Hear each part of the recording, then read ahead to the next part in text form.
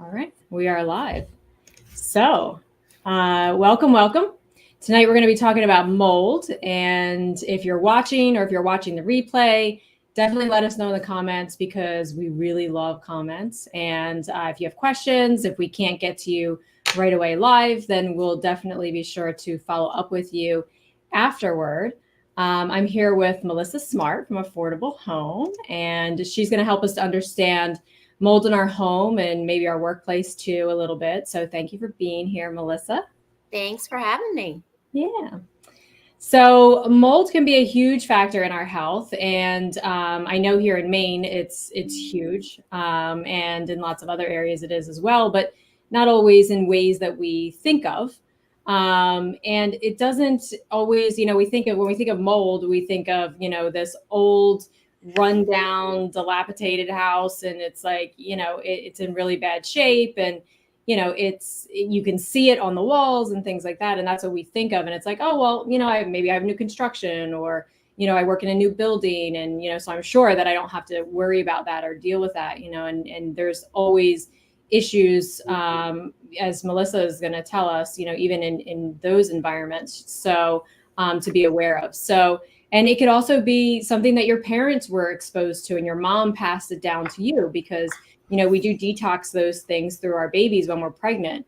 So it could have been something in her lifetime that she was exposed to, or it could have been something that you were exposed to as a child that you had no idea or any recollection of playing in grandma's basement and there was mold everywhere and you just had no awareness of it. So, mold is something that you don't always see or smell or even realize that you're eating it. We're going to talk about that. Or, like I said, maybe you were exposed to it as a kid and you just have no idea. So, whether you have a newer home, regardless of whether you see something, you don't, it's definitely something to have an awareness. Maybe it was your college dorm and you had no idea, or furniture, that you purchased was stored in an area that was exposed or condemned with mold. So, you just don't know. And then there's also genetic factors to be aware of. So genetically, there's specific genes that relate to how well you can detoxify mold. So you could be exposed to a really small amount of it. And if, depending on what your genetic profile looks like, even that small amount could be a big deal for you. And you could be storing it in your body for a long, long time from forever ago. So it definitely could be something that's more longstanding. I know, Melissa, I was reading a statistic, and it said, according to the EPA, it said that here in the United States, half of all residential construction has water damage, and 85% of it is commercial. So what's your experience been with that? I think that you're right. I mean, really, the key around mold is all about moisture in buildings. So, and that is the thing that causes the most damage to a building. So, the moisture that is on the outside through weather, how do we prevent it from coming into our homes or buildings? And then the moisture that we create just by living, breathing, cooking, bathing, exhausting. How do we get all that moisture out to create the healthiest environment for it? So, as far as what mold is, just to kind of start a little bit, I know that you're going on, but so mold is really just a fungus, and it thrives in damp and warm and humid environments. And the past summer that we've had in Maine has been just the ideal environment for mold growth. And we have seen that through the explosion of people suffering from the effects of mold and their buildings and their homes, and just the the negative impact from that. And so there's really a couple of different types of mold that we deal with that people have the most sensitivities to. So you were just saying a couple of minutes ago that some people have a high reaction or highly sensitive to mold. Aspergillus and penicillium is one of the strains of mold that people have a high sensitivity to. And the second is called Stachybotrys. So a lot of times somebody will call us up and they'll say, I just want to know if it's that black toxic mold that I have in my home. what they're referring to is Stachybotrys, because it emits a toxin. So those are really the types of mold that we're looking for, that people do have sensitivities. Now, my husband and I are the ones that go and do the testings in the home. I am not sensitive to mold. I'm around it every single day, and it does not have a negative impact for me, except I can feel it in the back of my throat. My husband, if we are in a home and we're testing it, he will have cold symptoms even if he wears a mask for the rest of the day. So he'll know even before the test comes back whether a home is going to come back with high with mold, just by what his reaction is after we leave. Mm-hmm. And that's a good point to think about, when you find yourself, hey, I go into work and, I start to have, I go into work at 9 and by 10 o'clock, I start to feel, whether it's brain fog or you start to feel extreme fatigue, it could be symptoms like that, or cold symptoms, my sinuses, they clog up every single time, or, vice versa, when you're at home and like you've mentioned, Melissa, and then you go away for a week and it's like, oh, all of a sudden everything clears. And then I came back home and here it comes back again. So those That's are definitely some ways that your body tries to communicate with you and let you know that hey, there's something going on here, and to dig a little bit deeper. So we'll get back to the mold in the homes too. I want to talk about a little bit about mold in our food. So and it's really not necessarily the mold in the food, it's the mycotoxins that it produces, right? Like you were saying. So I'm going to throw up some slides here. So these are all foods that have a very high level of mycotoxins. So peanuts, people eat peanut butter all the time, dried fruit, boxed cereals, huge, bread and grains, coffee, applesauce, or any kind of like sauces, those sauces that we make that aren't freshly made, but they're made ahead of time and they sit. And obviously wine, that's another really big source for it. So we really get it from all different angles. Even with grains, the EU has estimated about 20% of all grains are contaminated with these mycotoxins. And these are, what the mold produces that leads to these poor effects of our health. So I put together a list of some symptoms just in case you're not aware. You're like, well, what could it possibly look like? Well, it could look like really any of these things. It really depends on the person. And, it could be ADHD, it could be skin rashes, it could be constipation, but it could also be diarrhea for the next person, so it really depends on what genetic makeup they have, what type of food they're eating on top of it all, and how it's going to express in each person individually. So that list is just a simple list of some quick things that you can think of. So, but we know that there's foods that you can eat that will help get rid of these mycotoxins. And one of those comes from cruciferous vegetables. So here's a list of some cruciferous vegetables because that can help break down that mycotoxin. So from that exposure. So think things like broccoli, cabbage, cauliflower, bok choy is a good one. And these are all things that broccoli sprouts, that's one microgreens. When you go into the produce section and it looks like all these little strings in a little plastic container, they're all microgreens. These are the broccoli sprouts. So you want to look for the sprouted greens. So those are all things that, there's things that you can eat. You can clean up your environment. Melissa's going to talk more about that in a minute. To help break down if you do have a sensitivity to it, because we're all going to come into contact with it. And so, you're going to go into stores, you're going to go into buildings, whatever the case may be, there's going to be a wet summer, or whatever it is. So there's always going to be situations like that. So the stronger that you are, the better that you're going to respond to those situations. So Melissa, we'll talk about some more about buildings and things like that. If they suspect they have a concern or they just want to know more about having a concern, what would that look like? So typically what happens is people will call us up for a couple of different reasons. One, either somebody in the home is not feeling well and has not been feeling well for a while, and they're trying to just kind of tick off the boxes of, could it possibly be mold? Mm-hmm. Two, it could be that there has been an event that has happened. Either there's been a roof leak, Some water has backed up into a basement. A pipe has burst. So there's been an event, or a window. Maybe somebody left it open. They went on vacation. It rained the whole time, and now they're getting a musty smell. Mhm. So it starts with just trying to figure out what is going on in this particular home. As you were saying, even food can be a vehicle to bring mold into your home. And as I said, mold reproduces by these invisible spores that travel through the air. So once it kind of gets in there, mold just needs two things in order to grow. It needs moisture that we talked about, and it needs a food source. And Mhm. that's it. And a food source could be wood, it could be a soft surface like your clothing or furniture, carpet. Mhm. It can grow on concrete. I mean, it really, any type of organic material is something that can be a food source. So it is a challenge. You've got to kind of know how to control mold or moisture in your home.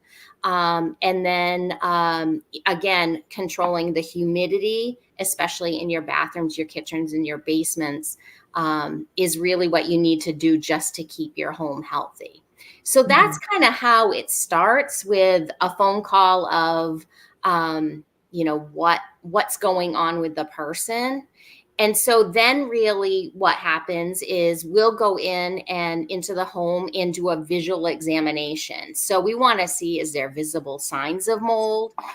Is there dark spots on a wall? I mean, sometimes mold can seem really obvious. Everyone has seen those pictures on TV of, there's flooding, and then 48 hours later, you can see it growing all over the walls. It doesn't Mhm. have to be black, it can be any color of the rainbow. It can be fuzzy. You could look like you could mow it. It can be white. It can be yellow. I mean, we've seen it all, every single color. I know you love this, Jen. I've told you a million times I could never do what you do. I can't. Oh gosh. So the other thing is, people may call and just say, you know what, my basement smells really musty. And I'm not sure if it's just a musty smell because that's what basements smell like, or if possibly I have a mold issue. So peeling paint, sometimes you can tell whether there's too much moisture in a home. Also, if it's a new construction and there's seams that have been taped with tape for sheetrock, that Mhm. can start lifting and peeling. That's just a Mhm. sign that there's excessive moisture in the home. So Mhm. bulging ceilings, warping walls, those can all be just kind of indicators. Mhm. Yeah. So if you're wondering, you can have your home tested, and then there's different things that you can do from a health perspective too. Like, okay, maybe the exposure was there, maybe it wasn't there at the moment, but maybe it's something historical and you're just wondering, hey, is this something that I should be concerned about in my health? There is a questionnaire, and there's a link to it in the notes, and I'll pop it. Here's some visuals of it that you can get to, and these are simple questions you can go through, and depending on how you score, it'll give you an idea as to, is this a concern for my health, or is it not something that I should be worried about. There are other tests you can do, just like Melissa does in the home.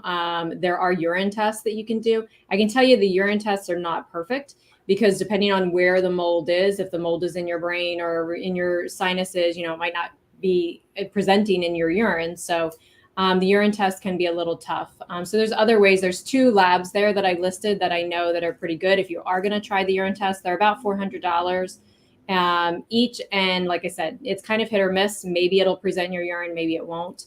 I find that muscle testing is something that I do here in the office that works really well. Biofeedback I have here in the office, that is a really good gauge. There's also a visual contrast, because it impacts your sight.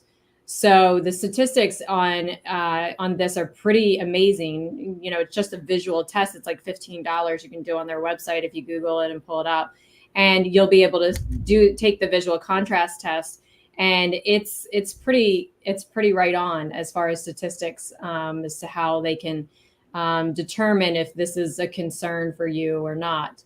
And then there's a genetic analysis too, because if genetically, if you're compromised in that way, then that means even the slightest little exposure, you're gonna see an impact from that. or, genetic or history, like we were speaking about your mother's exposure and family exposure when you were young, you could still be dealing with that now at 50 years old or whatever. So it doesn't have to be something that's current right now.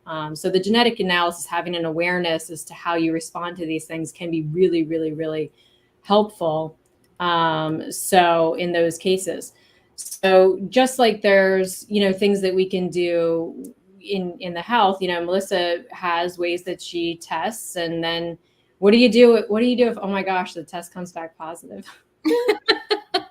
So, just as you were talking about, mold is very subjective with how it impacts us, right? I said that it doesn't really bother me, but with Dan, my husband, he is very sensitive to it.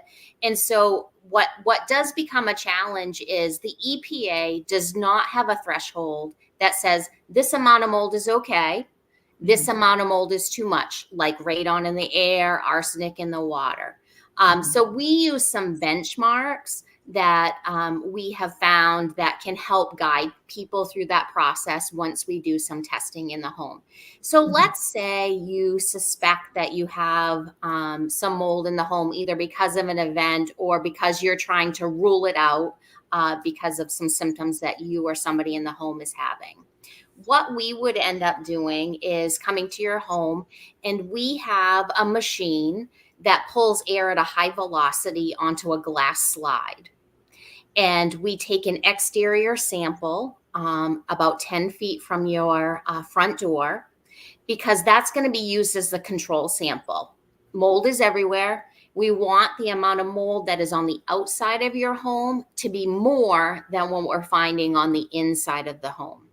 And so, wherever you believe that might be a source of either high humidity or the event, then we can go ahead and test all those areas, as many as you want, and send them to a lab.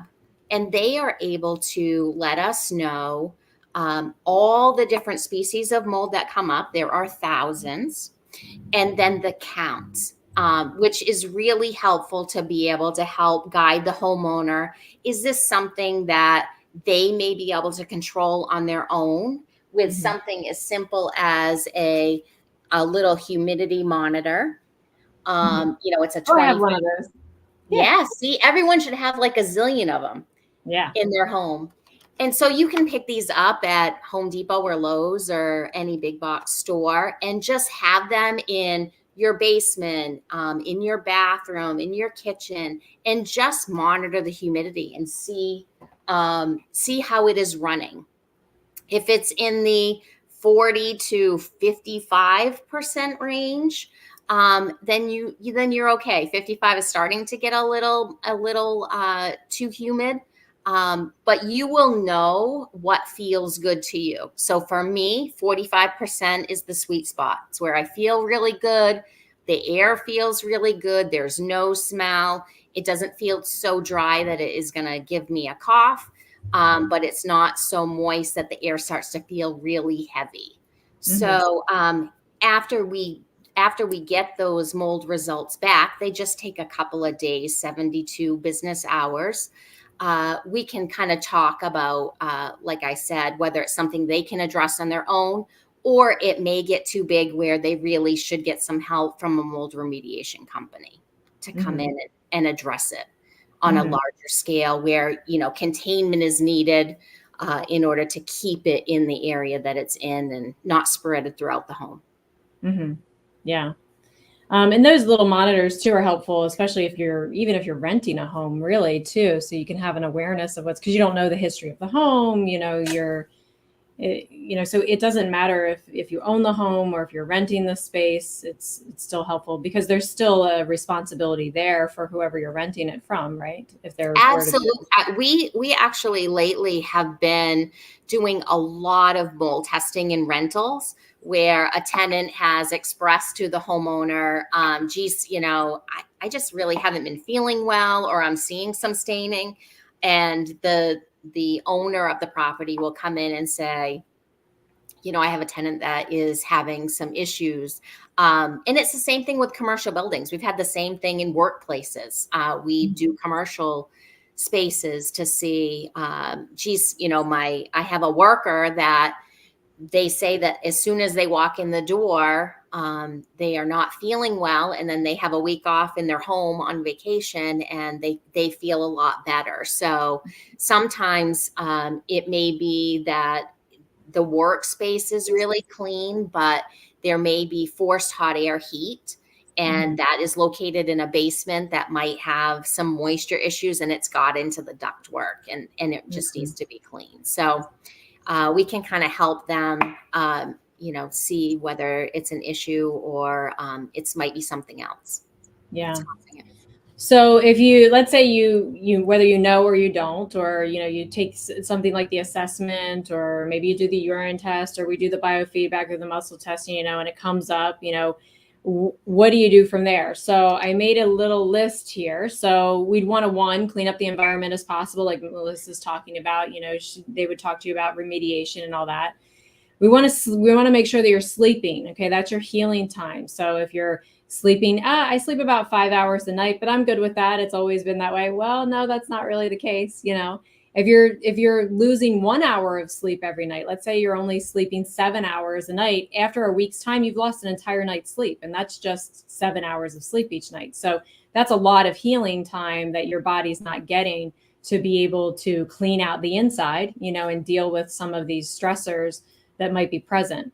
Hydrating is very, very, very, very important internally, and making sure, because your lymphatic system relies on you being hydrated and being able to flush toxins through. Like I said, with the urine, if you're flushing it out, to a degree, it might come up in your urine. But let's say you're not flushing it out because you're dehydrating, that's another case where it's probably most certainly not going to come up in your urine. So making sure that you're staying hydrated, sweating on a regular basis. That's one of the ways we detox is through our sweat. Don't use antiperspirant deodorant that stops you from sweating underneath your arms, because the toxins that should be coming out there are just backing up into breast tissue for women, which creates a high risk, and things like that, even for men.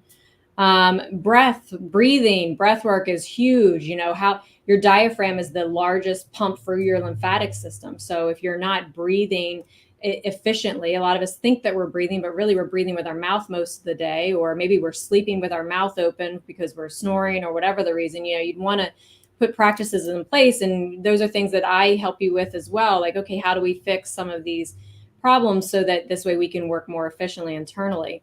How well we fuel, the nutrients that our body has to use. So, we work with people on any opportunity that we can uncover on how to clean up their nutrition. Is really important, because those are the tools your body's going to use to clean all of that junk out, right? And to heal from the impact of that. Pooping. You're like, oh yeah, my bowel movements, they're normal. Oh yeah, how often I go once a week. That's totally normal for me though. And I'm like, it's not normal. That's another way that your body gets rid of toxic stuff. You should be having bowel movements every day, if not, hopefully multiple times a day would be ideal. In a great world. So, these are things that you can definitely use to optimize your experience, and how well you're healing, and things like this, toxins like this, are able to eliminate, or like Melissa was saying, it needs a fuel source, right? So the healthier you are on the inside, the less of a fuel source it's going to have on the inside too. So think of it that way too. And then detox. There's ways that we can detox you. We have lots of different detox plans depending on what the person needs. I never use a cookie cutter approach. It's always, what's right for this person might not be the right way for that person. And if their drainage pathways aren't open, we might need to take pre-tox before we detox. There's might be things that we have to do to make sure that your body can even support a detox to clean all that up. But the good news is that there's always something that you can do. Like Melissa was saying, with your home, there's always something that you can do with your body. And, but we have to know, right? So that's an awareness. So if it's something where, hey, I'm not sure, it's exploratory, maybe this is a factor, maybe it's not, you can reach out to either one of us, and Melissa will help you troubleshoot that with your home. I can help you troubleshoot that with your house, your health, and, and make for a different result. So, I'm glad you were here. Like I said, leave comments. If you have questions, if you're watching the replay, leave comments there too, and we'll monitor them so we can get back to you. Before we end, Melissa, is there anything that you want to add? No, I think this was great. I mean, I think that mold is really a prevalent issue, and as the buildings get tighter, and with new construction, is just going to become more and more an issue for people. So I think not being scared of trying to figure out what is going on, both from your home or your workplace, and also your health, is going to do nothing but benefit you in the long run. Yeah, that was a good point, Melissa. I forgot about that. You were saying with the new construction and how they've made the home so tight, which on one hand Right. can be good, but then on the other hand, when you're talking about ventilation and how do you get the moisture out, That's it can right. be a huge problem. So, yeah, even with new construction. So, well, thank you all for being here. Thank you for being here, Melissa. Thank And, you. we'll get back to you if you guys have any questions. You can reach out to either one of us. Affordable Home, Melissa Smart, she's in the Bangor area in Maine, and Jen Goddard from Thriving Proof. So thank you. Thank you.